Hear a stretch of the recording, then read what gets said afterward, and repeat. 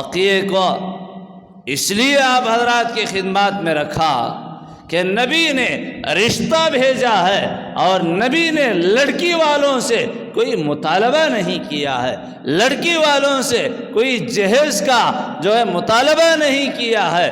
وہاں پر اللہ کے نبی نے اس نوجوان کا قرضہ اپنے سر پر لیتے ہیں اور حق مہر کے لیے اور ضروریات زندگی گزارنے کے لیے اللہ کے نبی خود اس نوجوان سے کہتے ہیں جا کچھ حضرت عثمان غنی سے رقم مانگ لے اور قرضہ لے لے جس سے تیری ضروریات زندگی حق مہر ادا ہو جائے۔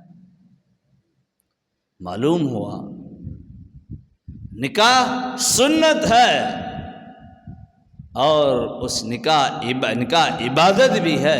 اس عبادت میں دو ہی چیزیں لڑکے والوں پر آتے ہیں، ایک حق مہر، دوسرا ولیمہ ہے۔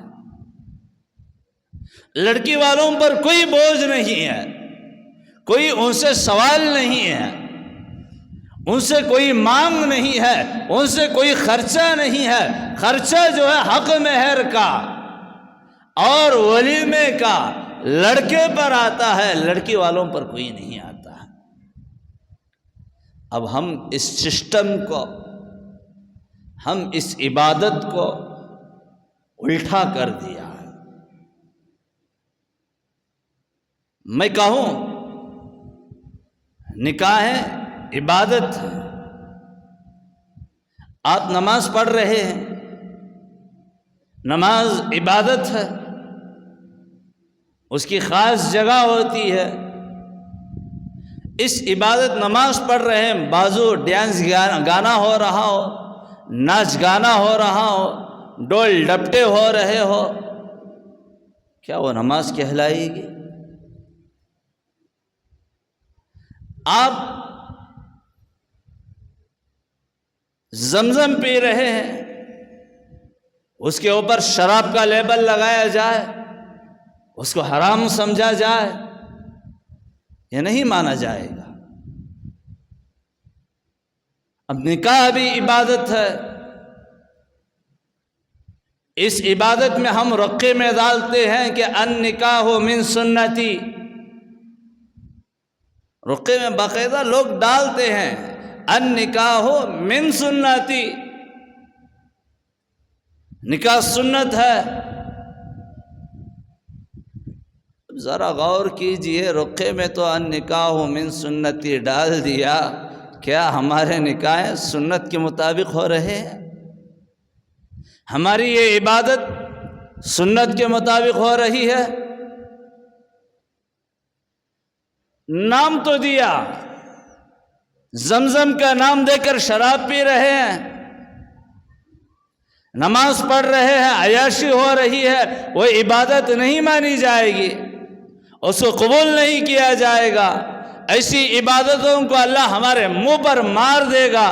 اب نبی کی سنت النکاح من سنتی کر کے ڈالے ہیں، لیکن حرامی چل رہی ہو، ناچ گانا چل رہا ہو اور شراب چل رہی ہو، زیادتیاں چل رہے ہو اور جو ہے لڑکی والوں پر بوجھ ڈالا جا رہا ہو، کیا اس کو نکاح قرار دیا جائے گا؟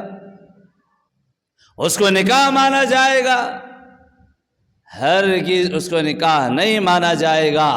نکاح جو ہے ایک حق مہر اور دوسرا ولیمہ۔ اب حق مہر جو ہے یہاں سے نہیں آیا ہے، آسمانوں سے آیا ہے۔ یہ مہر جو ہے آسمان سے آیا ہے۔ اللہ تعالیٰ نے حضرت آدم علیہ السلام کا پتلا بنایا اور اس کے اندر روح کو ڈالا اور جنت میں حضرت آدم کو بھیجا۔ حضرت آدم تنہا تھے اور ساتھی محسوس کر رہے ہیں، اور حوا علیہ السلام کو بنایا اور جو ہے وہاں پر حضرت آدم نے اما حوا کو ہاتھ لگانا چاہا۔ اللہ نے کہا اے آدم خبردار، ہاتھ نہیں لگائے گا، ہاتھ نہیں لگائے گا۔ اب جو ہے حضرت آدم نے کہا یا اللہ میں کیا کروں، تجھے حق مہر ادا کرنا ہوگا۔ حق مہر کیا ہے؟ یہاں اور ایک بات واضح کروں، حضرت آدم علیہ الصلوۃ والتسلیم کا نکاح ہو رہا ہے، فرشتے وکیل اور گواہ تھے، نکاح خطبہ جو ہے اللہ نے کیے پڑھا ہے۔ آج ہمارے نکاحوں میں گواہ اور وکیل جو ہے لچا اور لفونگن کے سوا اور کچھ کوئی نہیں رہتا ہے۔ ہمارے نکاح کے گواہوں میں، وکیل میں شرابی ہوتا ہے، بے نمازی ہوتا ہے، سود خور ہوتا ہے۔ ہماری بیٹی کا نکاح ہو رہا ہو، اس کے وکیل اور گواہ بھی تقوی و طہارت والے ہو، اس کے اوپر لڑ لے کر مار لے کر پھرتی ہے ہمیں، مجھے ڈالا نہیں گواہ کے لیے، خاندان کا میں بڑا، خاندان کا میں وکیل، میں بھونی، میں باپ، میں چچا، میں ماموں، مجھے ڈالنا تھا۔ کبھی یہ چچا، یہ باپ، یہ ماموں یہ غور کرے کہ ہم لوگوں نے نماز پڑھا ہے یا نہیں ہے، ہمارے اندر تقوی و طہارت ہے یا نہیں ہے۔ نام دے کر فخر محسوس کرنا کمال نہیں ہے، ہم ایک نکاح کو عمل میں لا رہے ہیں اور ایک سنت پر، ایک عبادت پر ہم جا رہے ہیں۔ اس عبادت میں یہاں دیکھیں فرشتے گواہ پاک اور صاف ایسے ہونی چاہیے۔ اب حق مہر جب ہو رہا ہو، حضرت آدم علیہ الصلوۃ والتسلیم نے کہا یا اللہ حق مہر، میرے پاس کوئی رقم نہیں ہے، میرے پاس پیسہ نہیں ہے، اب میں کیا حق مہر ادا کر سکتا ہوں؟ اللہ تعالیٰ نے کہا اے آدم، تو جو ہے میرے حبیب محمد رسول اللہ صلی اللہ علیہ وسلم پر 21 مرتبہ درود پاک کا نذرانہ پیش کر دے، تیرا حق مہر ادا ہو جائے گا۔ اب معلوم ہوا حق مہر کہاں سے آیا؟ آسمانوں سے آیا ہے۔ اور ولیمہ میں نے گزشتہ جمعہ کہا، نبی نے ولیمے کے اندر سادگی کو اختیار فرمایا، دودھ پر اور جو ہے سادہ سادہ ولیمہ تھا۔ آج ہم لوگ جو ہے اس کے خلاف ورزی میں لڑکی والوں پر ایسا بوجھ ڈالتے ہیں کہ یہ نکاح جو ہے مشکل ہو جاتا ہے۔ اس نکاح میں سود آیا، رشوت آیا اور ناچ گانا، شراب، شادی محلوں میں فضول خرچہ۔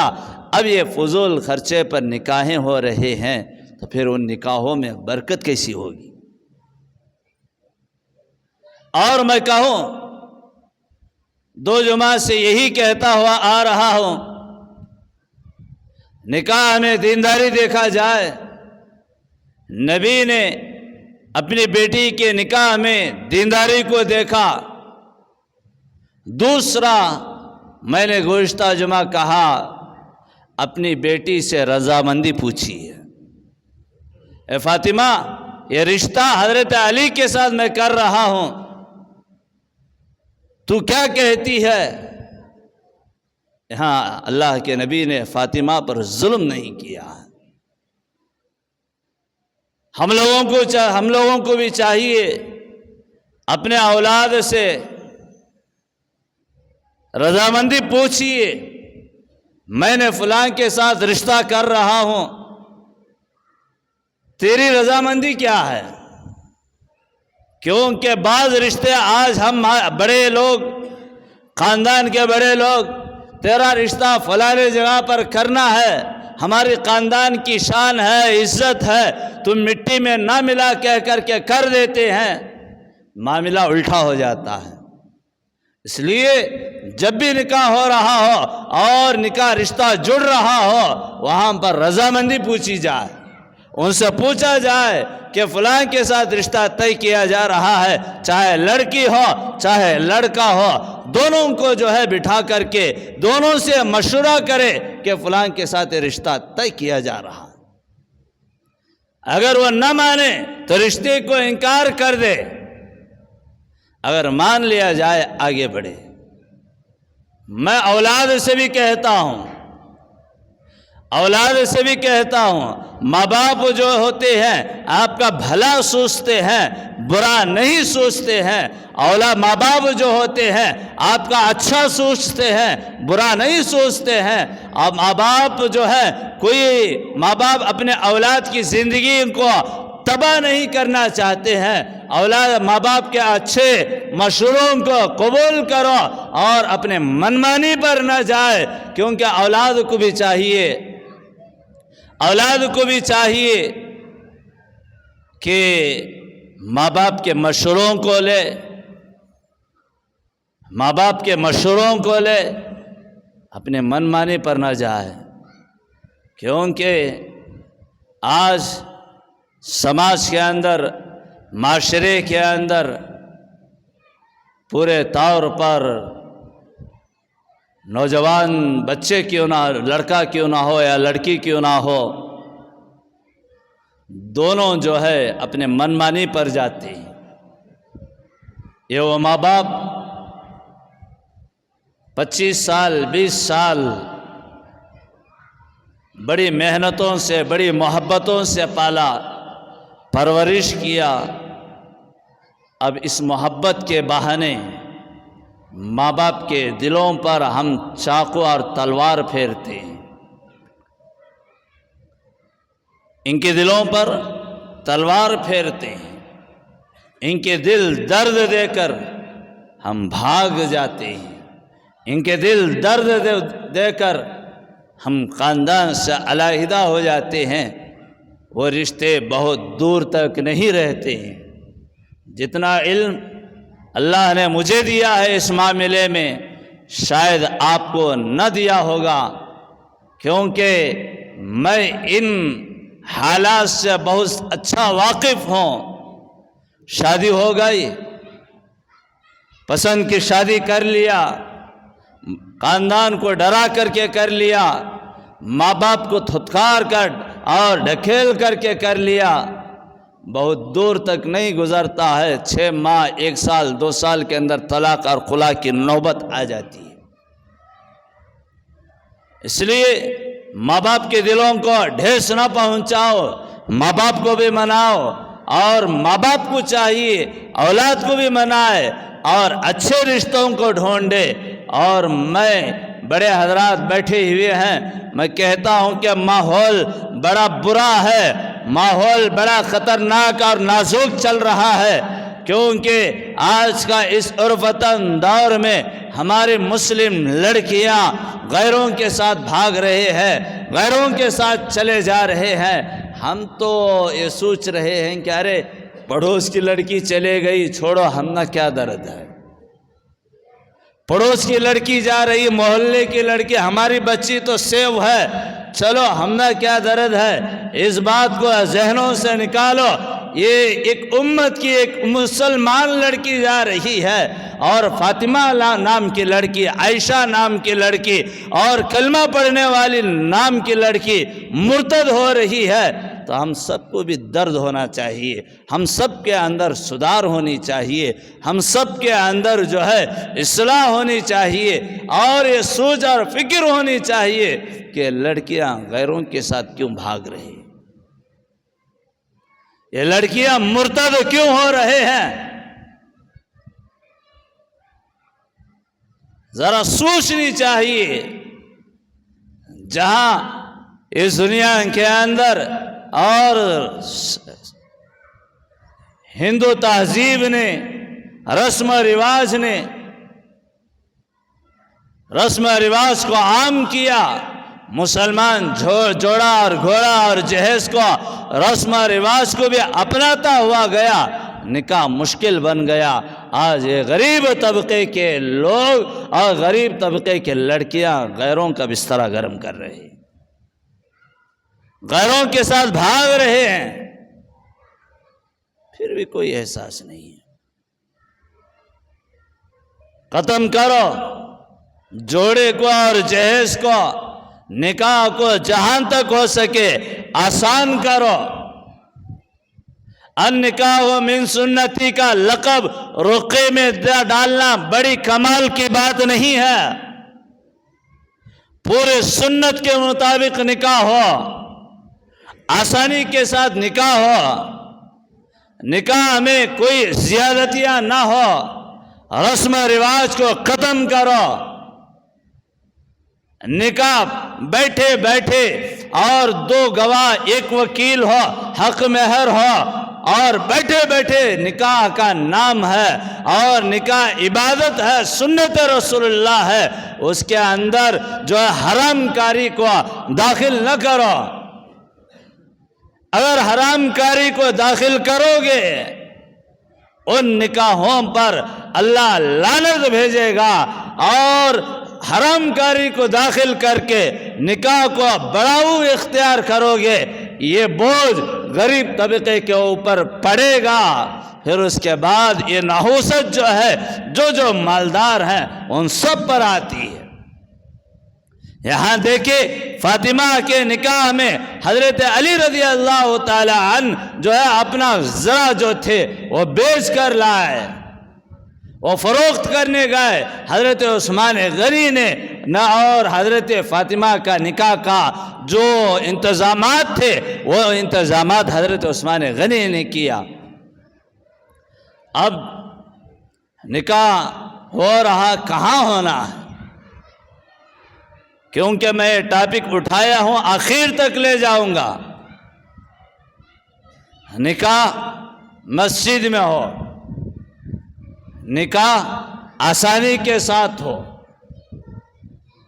جب نکاح مسجد میں ہو وہاں پر سب سے پہلے بے پردگی ختم ہو جاتی ہے، بے پردگی ختم ہو جاتی ہے۔ نکاح کی محفل ہو، سامنے عورتیں بے پردگی کے ساتھ ہو، اور نمائش کی ہوئی عورتیں سامنے ہو، اور وہاں پر ہمارے نوجوان بھی ہو، یہاں سنت رسول اللہ کا ٹائٹل دیا، اور وہاں پر بے پردگی ہو رہی ہو، وہاں پر بے ادبی ہو رہی ہو، تو اس نکاح کے اندر خیر کا معاملہ کہاں سے آئے گا؟ اس لیے جہاں تک ہو سکے پوری کوشش یہ کرے کہ نکاح مسجد میں ہو، شادی خانے میں نہ ہو۔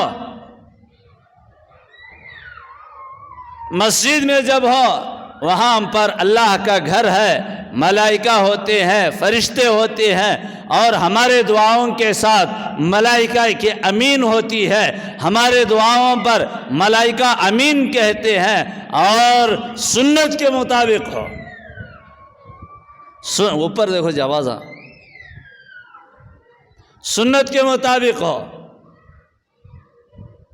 اب نکاح ہو رہا ہو، اس کے اندر اور ایک واضح کروں، یہ جو سیرا حضرت پھول بڑوں کیسے آ رہا ہے، حضرت سیرا ہماری اماں کی خواہش، حضرت سیرا ہمارا دادبا کی خواہش، حضرت ہماری خالہ نہیں مانے، ہمارے پھپھا نہیں مانے، اس کو نکالو بازو۔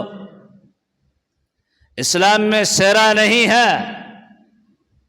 اب سیرے کے نام پر ہزاروں روپیہ خرچ کرتے ہیں، اس سیرے کا جو پیسہ ہے شادی کے دن صدقہ کرو۔ جو ضروریات، جو غریب ہیں ان کی ضروریات کو پورا کرو۔ اس سیرے کے بہانے ہزار، اس سیرا نہ ہونے کے ناطے بلہ کی رشتے توڑی آتی، تمہیں سیرا بنائے نہیں، یہ شادی چنکو ہم نہ۔ سیرے کو نکے کو کیا فرق ہے؟ سیرے سے کوئی تعلق نہیں ہے نکاح میں۔ ہاں خوشبو استعمال کرو، سیدھا سادہ ہونی چاہیے۔ آپ دلہا ہے نہیں حضرت، میری شادی حضرت ہسٹری یاد رکھنا، یہ ہسٹری جو ہے اس طریقے سے یہ نیت لے کر کرے گا، 1 سال 2 سال گزرتا نہیں، حضرت کئی کو تو کر لیا کہ حضرت کیا کہ کر ڈالو، طلاق کی خلا کی ہو جان دے. یہ ہسٹری یاد رکھتی. پھر یہاں ہسٹریاں یاد رکھنے کے لیے نکاح نہیں، شکرانہ کرنا، دوستی کرنا، قبرستان کرنا. اب یہاں پر نکاح ہو رہا ہے، سہرا باندھ ڈالے. اب سالی کا رسم، یہ رسم وہ رسم. حضرت تم نہ کیسا معلوم، حضرت تمہیں کیا تو کر لیے کیا، ہمیں کیا بھی کر لیا نہیں ایسا. اب سالی جو ہے جیجا جی غیر محرم ہے، ان سے لگاؤ نہیں ہے، ان سے ہنسی مذاق بھی نہیں ہے شریعت میں. اب جیجا جی کا لقب میں کہوں، جی جاؤ جی، اس کا اتنا بڑا لقب. اس کے سامنے جاتے ہوئے سالی کو چاہیے کہ پردہ کرے. اب رشتے آپ میں کچھ کہوں، وہ بھی میرے پاس ہے رپورٹ، میرے پاس کیسز ہیں. سالی کے ساتھ رشتوں کو طے کر لیا، حرام ہے. بیوی کے رہتے ہوئے سالی کے ساتھ نکاح حرام ہے. یہ سب جاننا آپ کو. حالات گھروں میں یہ ماحول ہوتا ہے، ہم سالی کے ساتھ جیجا جی کے ساتھ مذاق کرتے ہیں، اس کے بازو بیٹھتے ہیں، اس سے چھیڑم چھاڑی کرتے ہیں. یہ اسلام میں سخت حرام ہے. یہ میری بات نہیں ہے، نبی کی بات ہے. آپ جائیے کسی بڑے مفتی سے سوال کیجئے اور اس سے فتویٰ پوچھیے، کیا جیجا جی سے سالی مذاق کر سکتی ہے، بے پردگی کے ساتھ آ سکتی ہے، اس کے سامنے بیٹھ سکتی ہے، اس کو کھانا کھلا سکتی ہے، اس سے جو ہے نرم لہجے سے یا اونچے لہجے سے بات کر سکتی ہے. وہ مفتی فتویٰ دے گا یہ حرام ہے. اب یہاں نکاح ہو رہا ہے، النکاح من سنتی کا لقب ڈالا. اب سالی کا رسم لے رہا ہے، سالی کے رسمیں کر رہا ہے، وہ چھڑیوں سے مار رہی ہے، مار کھا رہا ہے. یہ سب اسلام میں شریعت میں جائز نہیں ہے. النکاح من سنتی، سنت. اب نکاح کے لیے آئے مسجد میں، ادب کا تقاضا. پہنے اچھا کپڑا، نیا کپڑا پہنے، عطر لگائے، سرما لگائے، پگڑی باندھے. یہ سب کرو آپ کے پیسے سے، انہوں دیے سے بھکاری پن کے پیسوں سے نہیں. مجھے سوٹی چھونا بوٹی چھونا نکاح کے لیے 50,000 لاکھ روپے 1.5 لاکھ روپے ان سے منگا کر تو پہن کر تیرا نکاح کیا کرے گا؟ ان سے منگانا نہیں، اپنی محنت کی کمائی. اب نکاح کے معاملے میں ادب کے ساتھ رہو. اب نکاح ہو رہا ہے، اللہ کا شکر ادا کرو. یا اللہ میری زندگی اب آگے بڑھ رہی ہے، اس کے اندر میرے ساتھ خیر کا معاملہ فرما. یہ ہونی چاہیے. نہ نماز ہے، نہ سنت رسول اللہ ہے. بعض لوگوں کو نکاح کے شادی کے ہر رسم و رواج کا علم ہوتا ہے، لیکن نکاح کے وقت کیا کرنا وہ علم نہیں ہوتا ہے.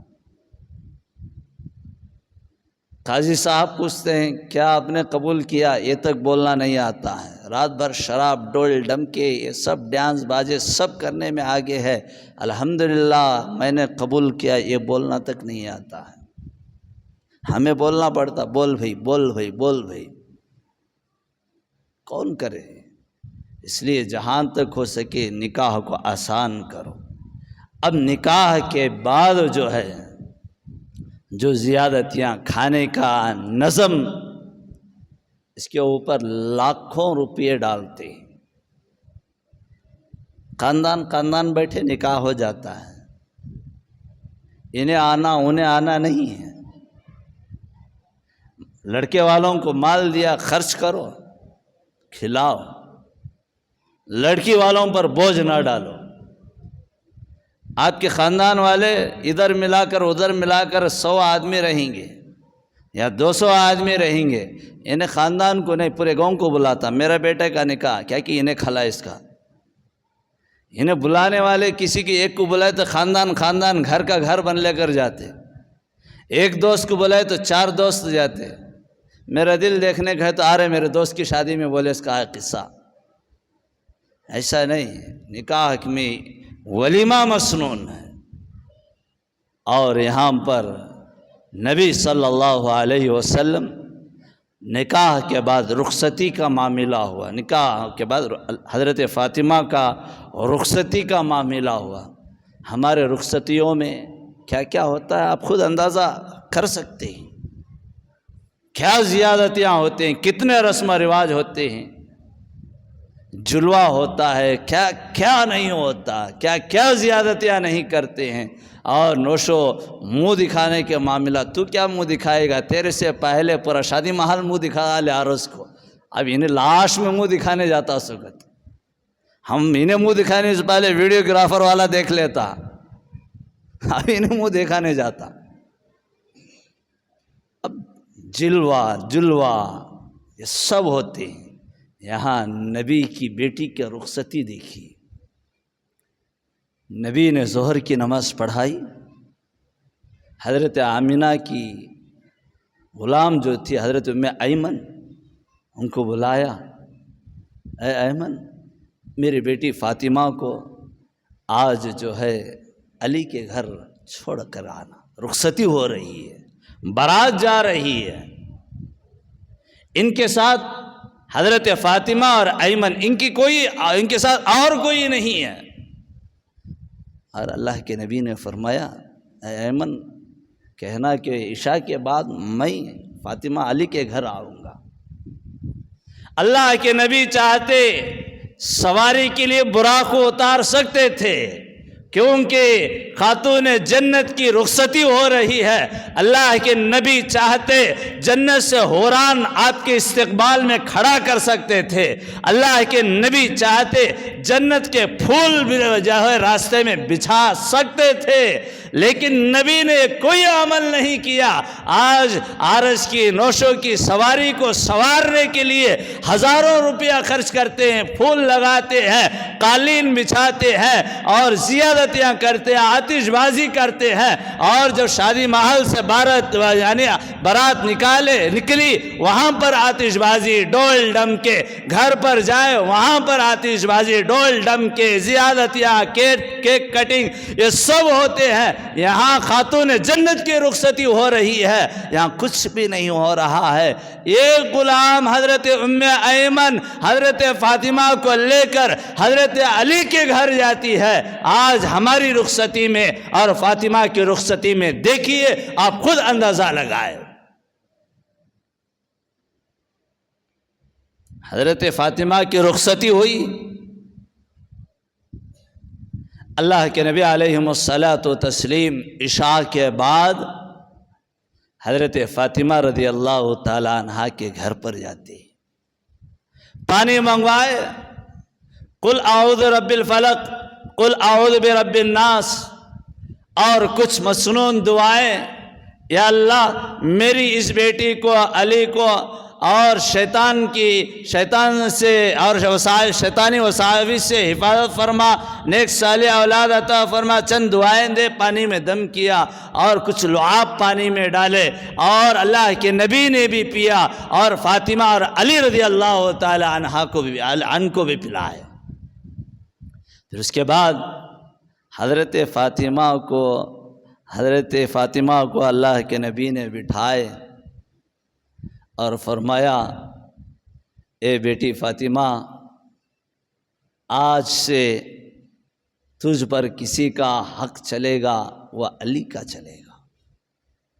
اے فاطمہ، آج یہ باپ، یہ محمد رسول اللہ یہ کہتا ہے کبھی بھی علی کی اجازت کے بغیر گھر کے دہلیز کے باہر بھی قدم نہ رکھنا. کون کہہ رہے ہیں؟ اللہ کے نبی کہہ رہے ہیں فاطمہ آج تیرا رشتہ علی کے ساتھ ہو گیا ہے، آج سے تجھ پر علی کی چلے گی، محمد رسول اللہ باپ کی نہیں چلے گی. شادی کے بعد کتنے ماں باپ ایسے ہیں کہ رشتوں کو انگار لگا کر کے رکھتے ہیں. لڑکی کو یہ سمجھا کر بھیجو بولے تو یہ جتنا جلدی چاہے اتنا جلدی مرد کو ہاتھ میں رکھ لے کہ باہر نکل جا. تو یہ ہم لوگ نصیحت کرتے ہیں تیری شوہر اور تیرے ساس سسرے کی نہیں، تو پورے خاندان کو ہاتھ میں لے دبا لے. تو اور دبانے کی تعویذاں بھی ہمیں دے کر بھیجتی.